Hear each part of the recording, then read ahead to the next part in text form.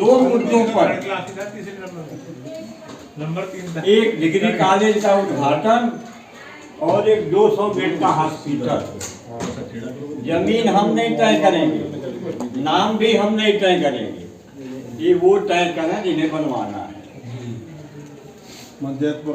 इसको असली जामा पहनाने में जो है दिक्कत आ रही थी, वो वहाँ दिक्कत आ रही थी कि भारतीय जनता पार्टी के लोग चाहते थे भाई हम नेता बने, बात भी उनकी जायज है, भाई उनकी सरकार है तो नेता तो वही बनेंगे। आम आदमी पार्टी के लोग चाहते थे भाई हम नेता बने, वहाँ आके बात वो रुक जा रही थी। अभी संजोग से क्यों अब जो भी काम हो रहा है सब पब्लिक के बीच में हो रहा है, तो किस दर्जी बिछाने में क्या दिक्कत हो। इसलिए मैं राजेश शर्मा जी का अपने तहे दिल से स्वागत करूंगा कि मेरे 50 साल के जीवन में जितना बढ़िया स्वागत इन्होंने, जो लोग अगले साल रहे होंगे देखे भी होंगे, किया, शायद ही बदरपुर विधानसभा में कोई किया होगा, तो मैं इसमें किसी को चमचागिरी के आधार पर पदाधिकारी नहीं बनाऊंगा, काम के आधार पर पदाधिकारी बनाऊंगा। लेकिन इनसे मुझे एक तकलीफ है, वो मैं इनके सामने कह देता हूँ। समय नहीं देते? नहीं, समय तो चाहिए नहीं मुझे, समय तो मैं ही 70 साल का बुढ़ा अकेला और केपी सिंह काफी हूँ। हमारे पास नौजवान टीम है, मैं सबको बता दूँ आपको। आपके बदरपुर विधानसभा में कोई मंदिर खाली हो जिसकी सफाई नहीं होती हो, आप मेरे पास फोन कर देना, 7:30 बजे सुबह 50 लड़के पहुंच जाएंगे, उस मंदिर की सफाई अपने आप कर देंगे। टीम है हमारे पास, हमें वो जमीन से जुड़ा काम किया हुआ, तो उसकी शादी करने के लिए हमारी नौजवान टीम है। बदरपुर विधानसभा में कोई भी गरीब आदमी जिसकी डेथ हो जाती है, जिसका पड़ोसी भी उठाने को राजी नहीं है, आप घाट पर भिजवा दीजिएगा। घाट पर उद्घाटन हुआ है मोरबन में, हमारे लड़के नौकरी करते हैं सारे, उनके पास टाइम नहीं है, प्राइवेट सेक्टर में संडे को भी ड्यूटी होती है, वो ड्यूटी जाते हैं, वो अपने से पैसा तुरंत ट्रांसफर कर देंगे, हो जाएगा, उनका काम हो सकता है। आप सब लोग प्रवासी चेतना मंच को कैसे पॉलिटिकल बात नहीं करूँगा, वो पांडे जी है नेता है वो करे, आदमी यादव जी नेता है वो करे, जैन साहब करे, डॉक्टर साहब करे, मैं सिर्फ ये कहूँगा, देखिए हमारी सभ्यता है, हम इसमें अगर कहीं झूठ बोला तो आप लोग मुझे रोक लीजिएगा।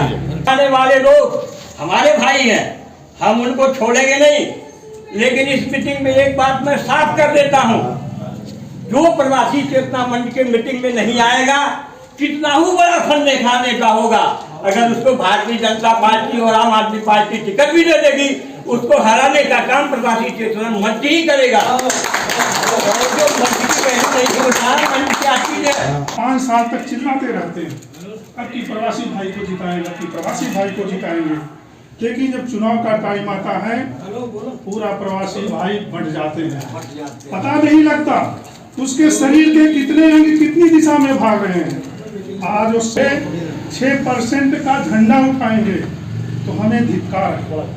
इस 80% का सबको कसम खानी चाहिए कम। हमारे शुक्ला जी ने, केपी सिंह ने एक जागृति लाई कि जब से हम जगे तभी से सवेरा। जय हिंद, जय प्रवासी। सबसे दिए ओजोन खत्म, नहीं दिए ओजोन चालू। का मतलब यह है कि जब नहर पार में ओजोन की समस्या है तो हमारे क्षेत्र में, हमारे नहर के पार में ये ट्राला क्यों जाता है, भरा भरा सरिया का, और ट्राला क्यों जाता है सीमेंट का, और ट्राला इसके विषय में भी हम लोगों को सोचना पड़ेगा। कहते हैं कि अगर उन पे अगर हम चढ़ाई करते हैं, हम चढ़ाई चैनल वाइज करें, पहले उनको रोके ना, वो अपने आप रुक जाएंगे। पहले प्रशासन रटते हैं, हम प्रशासन से शुरू करें। आप व्यवस्था करो, आप सब कुछ करो, मंच लगा दो, जिसको आप बुला रहे हो आपको पूछेगा भी नहीं और सीधा मंच पे चढ़ेगा और अपना भाषण देगा और अपने घर को निकल जाएगा। आपसे कोई लेना देना नहीं है उसको, न ये आपकी कॉलोनी से मतलब है न कहीं कुछ मतलब है। आप एक आदमी उसका कार्य करता है, मात्र एक आदमी। सिर्फ प्रतिनिधि की नहीं होती है, गलती हमारी और आपकी होती है। हम वहां जाएंगे नहीं। एक समस्या अभी ओजोन का जो मैं बताया, इसके विषय में आज से 10 साल पहले एक बुद्धिजीवी विचार मंच के प्रतिनिधि मंडल जाकर के डॉक्टर हर्षवर्धन जी से मिला था। हमारे गुरु जी भी उसमें शामिल थे। और जो प्रतिनिधि मंडल उनसे जाकर मिलकर आया और उन्होंने एक लेटर शहरी विकास मंत्री को दिया, शहरी विकास मंत्रालय से एक लेटर डीडीए में आया, और तब तक यहाँ क्या हो रहा है कि वही आदमी जा करके और लोग उस पर पुतला करा दिया इसका विधायक का या किसी चीज का कि नहीं कि ओजोन तो अभी चल रहा है, हमारा कोई बात नहीं। अब बताइए वो आदमी क्या करेगा जिसके के साथ बुद्धिजीवी विचार मंच के प्रतिनिधि मंडल मिला। पहले हम संभले, दूसरे को संभालने के पहले हमारे पैर में क्या है हम उसको देख लें। ये चीज रामायण में भी है, ये चीज महाभारत में भी है, और यही चीज हम लोगों के बीच में भी होना चाहिए। मैं यहाँ पर 89 में आया था बदरपुर में, और तब से देख रहा हूँ अभी तक कि सबके मन में एक पीड़ा है। और पीड़ा क्या है कि जो जिसका हकदार है वो उसका हक नहीं मिल रहा है, चाहे वो सम्मान में हो, चाहे सामान में हो, चाहे राजनीति में हो, चाहे शिक्षा में। अब इसके लिए जो हक अगर हमें नहीं मिल रहा है तो कुछ वो दोषी नहीं है, हम ही दोषी हैं। अलग बात कर रहे हैं, वो दोषी नहीं है, हम दोषी हैं, क्योंकि हम अपना हक मांगना जानते ही नहीं, ना हमने मांगा है। यहाँ के जो प्रतिनिधि हैं उनको इसकी चिंता नहीं है। क्यों नहीं है कि वो दोनों ही यहाँ पर नहीं रहते, न तो भूतपूर्व एमएलए यहाँ रहते हैं, न वर्तमान एमएलए यहाँ रहते हैं, न यहाँ सांसद रहते हैं। तो उनको क्या चिंता पड़ी है कि तुम्हारे बच्चे पढ़े या न पढ़े, तुम्हें हॉस्पिटल मिलता है नहीं मिलता है, उनको क्या लेना देना। लेकिन और हम लोग क्या है, हम लोगों में एक आदत पड़ गई है, क्योंकि हम परंपरा, हम तो हिंदू हैं, हिंदुओं में पहले परंपरा थी कि कोई भी कष्ट पड़ता था तो राजा के सामने जाकर हाथ जोड़ के बैठ जाते थे, राजा हमको दान देता था, हमारी मदद करता था। आज भी हम उसी में हैं, हम अपना हक नहीं ले स्वास्थ्य की रोक, हम अपने संघ मंच के माध्यम से एक तो डिग्री कॉलेज और एक 200 बेड है। यहाँ बैठे हुए सभी साथी, कथनी और करनी में फर्क नहीं होना चाहिए। ये भाषण बहुत दे जाते हैं लोग, लेकिन इम्प्लीमेंट नहीं होता। बाहर जाके कहेंगे बहुत बढ़िया बोला ना, साथ में करा, हाँ भाई साहब धो दिया। ऐसा नहीं होना चाहिए।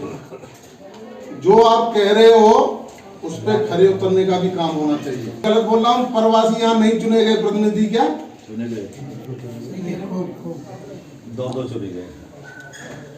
तो कुल मिला के जो मेरा जो कहना है, ये प्रतिनिधि तो आप फिर चुन लोगे, ये मैं गारंटी दे रहा हूं कि आप लोगों के पास वो ताकत है, प्रतिनिधि आप चुन लोगे। बहुत वर्षों से पहले कहते थे कॉलोनी पास कराएंगे, फिर कह रहे थे मालखाना हक कराएंगे।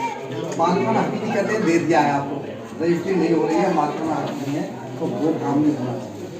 तमाम बार बात आई कि आपके यहाँ सीवर पड़ेगा, जिस तरह की कार्रवाई होने के नाते अध्यक्ष आम आदमी पार्टी का उन्होंने तो बदौलत आपकी, और पहले आप हैं, आप नहीं है तो वो अध्यक्ष भी कुछ नहीं है। और मेरे कोई राजनीतिक महत्वाकांक्षा नहीं, इतनी ही महत्वाकांक्षा है कि ईश्वर कुछ दे दे तो बहुत अच्छी बात, पार्टी भी दे दे तो अच्छी बात, ना दे दे तो भी अच्छी, लेकिन आपका प्यार मिलता रहे इसकी आकांक्षा जरूर कि हमें अपनों का साथ तो जरूर मिले, और इस उम्र में तो जरूर मिलेगी, क्योंकि मैं ये चाहता हूं और मैं कुछ करके मरूं, ये भी एक इच्छा है, पूरी हो या ना हो। प्रवासी कमजोर क्यों है, इसके पीछे एक राज है। एक बात अटल जी ने कहा था, एक दल में रहने से वो दल मजबूत होता है और कई दल में रहने से वो दलदल बन जाता है। तो हमें दलदल में फंसना नहीं है, एक दल में रहेंगे, प्रवासी मंच को मजबूत करेंगे तो तगड़ी होगी कि हम एनसीआर को हिला सकते हैं। इसीलिए मैं अभिनंदन करता हूं तमाम अधिकारीगण को, हमारे अनुज अग्रज जितने भी हैं, मैं अभिनंदन करता हूं कि एक दल, इस दल को, प्रवासी मंच को मजबूत कीजिए, क्योंकि आप 80% हैं और 80% एक बहुत बड़ी संख्या होती है। हम जिधर उड़ेंगे उधर हमारी शक्ति बनी रहेगी। इसीलिए अभिनंदन करते हैं, दल दल में नहीं, एक दल में रह करके आप दुनिया की हर पद को प्राप्त कर सकते हैं। इसीलिए मैं विलंब से आया, लेकिन मेरी 2 शब्द की यही वाणी रही। मैं बाद में बहुत बहुत धन्यवाद डॉक्टर साहब, बहुत बहुत धन्यवाद। अब हमारे बीच में राधे राधे। सभी भक्त हमारे जय श्री राम का जोर से एक बोल जयकारा लगाएंगे। जय श्री राम, जय श्री राम, जय श्री राम, जय श्री राम, जय श्री राम, जय श्री राम। आज की सभा के आदरणीय अध्यक्ष महोदय एवं रात को भी खड़े होकर रामायण पढ़ने पहुंच जाएंगे। ऐसा कार्य करने के लिए हमें एक उत्साह होना चाहिए, जिससे हम इस प्रवासी विकास मंच को आगे बढ़ा सके। हमारे अंदर ये जागृति नहीं हुई और ऐसा हमारा विचार नहीं बना, तो ऐसे मंच का 50 मंचों के मेरे पास मोबाइल नंबर है। मैं 50 से जुड़ा हुआ हूं और इनमें कौन है? 90% दलाल है। मैं दलाल कहूंगा जी। आपने एक शब्द बोला था कि इन्होंने हम लोगों की बेइज्जती करा रखी। पांडे जी और मेरे भाई राम प्रकाश भारद्वाज जी, राजेश जी, कम से कम 50 आदमी मेरे पास आए कि आप समाज में आ जाइए। समाज में करूंगा क्या करना है मुझे बताओ कि साहब आपके बगैर कई चीज अधूरी है। आपका चेहरा ही काफी है। मेरी चेहरा काफी है तो दलालों से बोल दीजिए, समाज में वही कार्य करेगा जो साफ सुथरा चेहरा लेकर के काम करेंगे। आज हमारा संघ बहुत आगे काम कर रहा है। भाई साहब हमारे इसमें इस यहाँ पर बैठे हुए हैं, ये हमारे अध्यक्ष बैठे विधानसभा के, आप भी कार्यकर्ता हैं। जब भी समाज में कोई काम करोगे तो हम हस्तक्षेप करेंगे।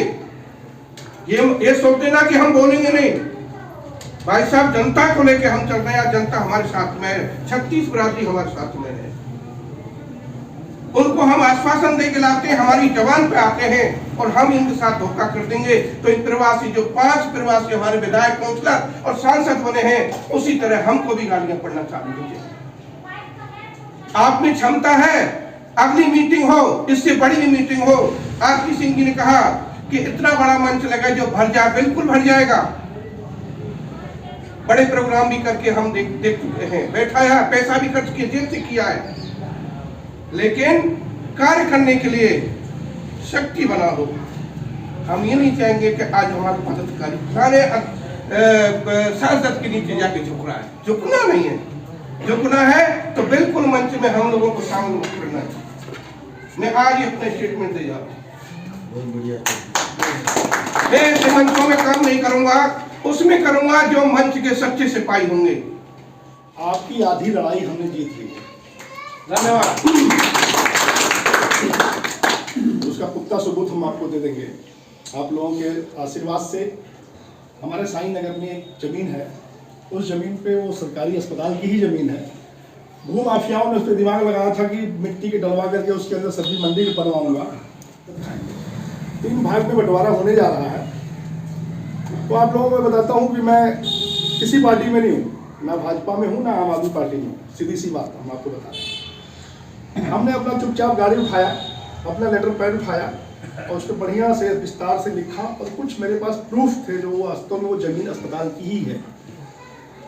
मैं सीधा आदरणीय स्वास्थ्य मंत्री जी के पास पहुंच गया, दिल्ली सरकार के स्वास्थ्य मंत्री। उनको सारे सब कुछ दिखाया। मैंने कहा ये ऐसी सी बात है और वहाँ भू माफिया इस तरह से लगे हुए हैं और मिट्टी डलाई हो रही है और वहाँ पे इस तरह से बंटवारा होने वाला है। अगर इसमें आप हस्तक्षेप नहीं करेंगे तो हम लोग, हमारी ही कॉलोनी की वो जमीनें चली जाएगी। और अगर उस पर सब्जी मंडी उगा ले गए, वो लोग बैठा ले गए, तो आपकी सरकार की भी औकात नहीं उन सब्जी मंडी वालों को हटा सको। क्योंकि यही नेता फिर वो कहेंगे कि उनको जगह दीजिए, उनको जगह दीजिए, गरीब बेचारे कहाँ जाएंगे, तब आप अस्पताल बनाइएगा।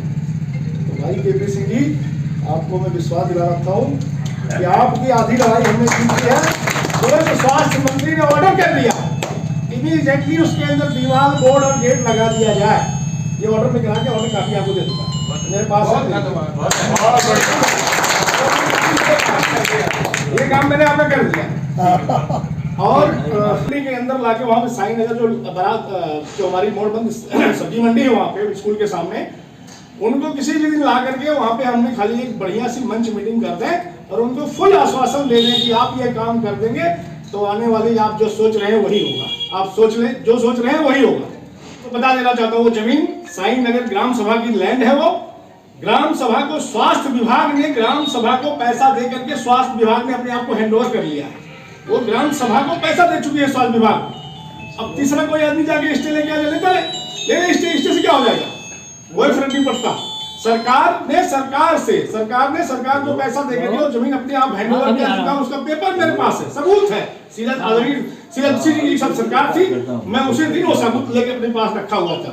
वो सबूत मेरे पास है, वो सबूत है मेरे पास। कोई आज स्टे ले लेता है, स्टे फिस्टे से कुछ नहीं होता। सरकार को सरकार ने पैसा दिया, सरकार को सरकार ने खरीद लिया। वो जमीन कैसे खरीद ली भाई?